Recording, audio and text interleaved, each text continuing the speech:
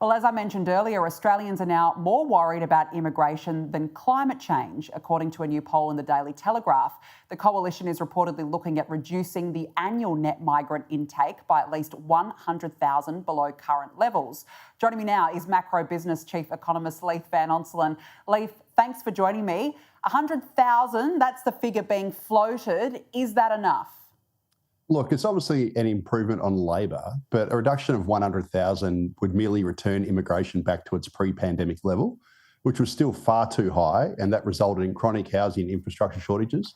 So net overseas migration averaged about 220,000 in the 15 years leading up to the pandemic, and that was labelled Big Australia. So it seems like the coalition wants a big Australia as opposed to Labor's huge Australia, but it'd still see a population grow to about 40 million people by 2060, Sydney and Melbourne about 8 and 9 million each. So what the coalition's proposing is still far too high.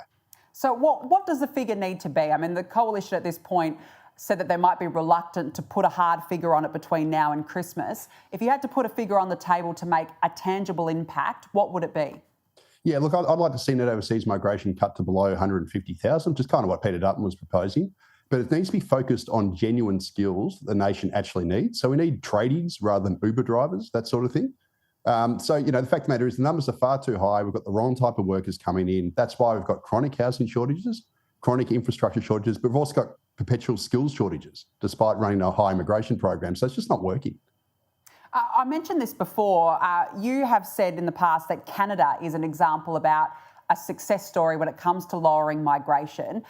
What can the Liberals learn from that experience, do you think? Yeah. So like Australia, Canada massively ramped up immigration after the pandemic, and it resulted in the worst ever rental crisis amongst a whole bunch of other issues. But unlike Australia, Canada's left-leaning government implemented a 3-year population freeze, and that's resulted in a massive reduction in immigration, 13 months of falling rents, and it's also contributed to lower house prices. And in fact, Canada's bank, TD Bank, they released a report last month noting that Canada's immigration program has cut rents, reduced pressures on house prices, reduced pressures on infrastructure, economic and social, and it's also stemmed the run-up in unemployment after Trump's tariffs, and it's also improved per capita growth. So it's been a tick in every box, and it's also been very popular amongst Canadian voters. So I think the coalition can learn from that. And the left-leaning government over there did this with courage and conviction. And this is a debate that takes courage and conviction because, you know, the R word always gets thrown up, racism. It's not racist to have a discussion about this topic. And I mentioned this earlier as well. If our leaders are too scared, do you think it's time for maybe a population plebiscite? It's been something that's been pushed by One Nation for years. Yeah, absolutely. So look, Australian voters categorically want lower immigration. Virtually every opinion poll held since the pandemic and before the pandemic showed they want lower immigration. So we should let Australians vote on the future population size via a plebiscite.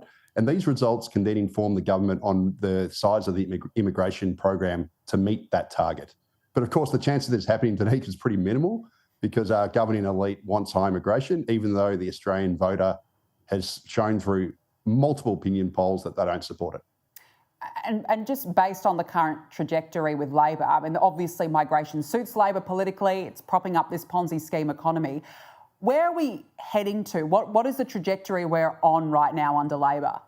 Yeah, so unfortunately it's going to be very high. So according to former Deputy Secretary of the Department of Immigration, Abel Rizvi, he reckons that under current immigration settings, because they've made a whole bunch of changes to student visas, which have liberalised it a lot, he thinks the new annual normal is going to be 300,000.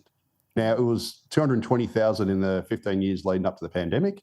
Since the end of 2019, it's averaged 270,000. He thinks the new normal is about 300,000, which means we're going to have huge Australia, and it just means a perpetual rental crisis.